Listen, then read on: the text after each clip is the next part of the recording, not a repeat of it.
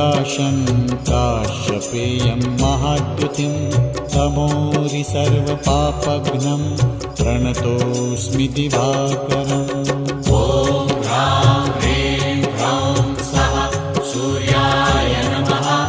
ॐ ह्रां ह्रीं ह्रौं स्वः सूर्याय नमः।